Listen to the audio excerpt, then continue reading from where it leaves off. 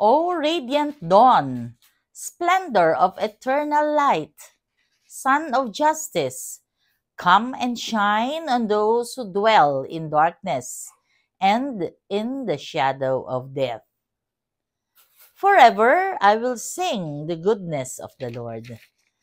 Blessed day, everyone. We praise and thank you, dear God, for another day of life. We praise and thank you for the gift of love, the gift of family, of community, of belongingness, and the gift of today, December 24, the ninth day of our Misa de Gallo. We praise and thank you, dear God, that we have gone to this far na kami ay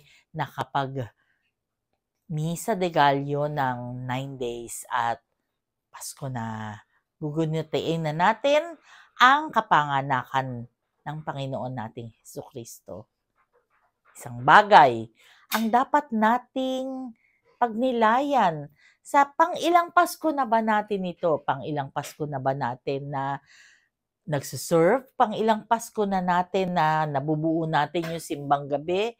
Yung mga iba, meron silang special intentions kaya sila nagsisimbang gabi. Yung mga iba naman, nagiging panata na or nakaugalian na. Pero ang laging reminder sa atin, sa paggunita natin ng kapanganakan ng ating Panginoong Jesucristo ay despite the many preparations, may preparation sa mga regalo, may preparation sa pagkain na pagsasaluhan, may preparation sa soul, yung ating pangungumpisal, kung paano ba tayo na ginugunita natin, nagpe-prepare din tayo, hindi lamang panlabas, kundi body and soul kasali sa ating preparation sa Kapaskuhan, yung ipinanganak si Kristo sa sabsaban. Pinanganak ba si Kristo sa puso natin? Truly, totoo ba? Kasi madalas sasabihin lang natin, pero iba kasi yung totoo na talaga namang si Kristo ang focus ng ating buhay. Well, hindi naman dahil sa ako ba, matino ba, hindi naman yun ang sinasabi ko. Ang sinasabi ko lamang ay piliin natin palagi yung maka-Diyos.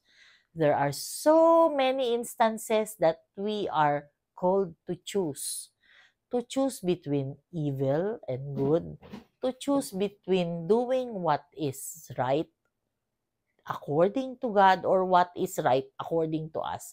Kasi most of the time, we forget that we are called to be godly. Sometimes we thought, lahat ng ito, kaya ako tinatamasa kasi magaling ako. Or pinaghirapan ko naman ito. Minsan ganun tayo pinaghirapan ko to, ako talaga yung nagsikap, ako talaga yung ganyan. Pero always remember that without God, wala lahat yan. Kaya nga, palagi nating dasal is your will be done, Lord. Yes, madami tayong na-achieve. Yes, marami tayong pagsisikhay, pagsisikap. Kaya natin narating ang mga bagay-bagay. Pero kung walang basbas ng Panginoong Diyos, baliwala yan. I just remembered, madami tayong pinapanalangin. Isang bagay dyan, yung pinanalangin namin yung aming pangalawang anak. We really prayed for that son, or we wanted another baby that was 7 years after our firstborn. Tapos, the good Lord is really so gracious and so merciful that He granted our prayer of having another child. Pero siguro talagang sadya niya na hindi pa panahon namin para magkaroon ng isa pang anak. But He granted our prayer, pero 1 week old lang siya at kinuha na siya agad. Nung una, natatakot ako kasi bakit ganun? So parang I felt sorry, parang hindi maganda pakiramdam ko. Pero when I realized that if I love this child so much, mas mahal siya ng Panginoon kasi anghel siya Maybe he is really meant to be an angel. So maybe, just maybe, Yung mga bagay na ginagawa natin, yes, gusto natin yun. Sa puso at isip at lahat, gusto natin. Pero gusto ba yun ng Diyos? If it's not according to God's plan, it will not happen. Kahit pag-aasawa, kahit na ano pa, kahit na trabaho, gustong-gusto mo. I've been applying to become a manager, pero hindi ako pinapalad. Sabi ko lang palagi, Lord, your will be done. Kung ano po ang kagustuhan ninyo, yun ang gagawin ko. So I invite each and everyone to pray.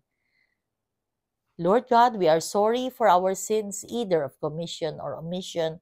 We pray for healing of those who are sick, those who are requesting for prayers, and those who are praying with us right here, right now.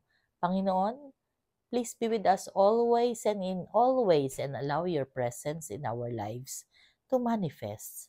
We pray for healing of those who are sick, those who are requesting for prayers, and those who are praying with us right here, right now. Be with us, Panginoon, as we enjoy the celebration of this season and as we realize that the reason for this season is you and you alone. Stay with us, for without you, we are nothing. All this we pray in your mighty name through the intercession of our Blessed Mama Mary. Amen. Merry Christmas. God bless.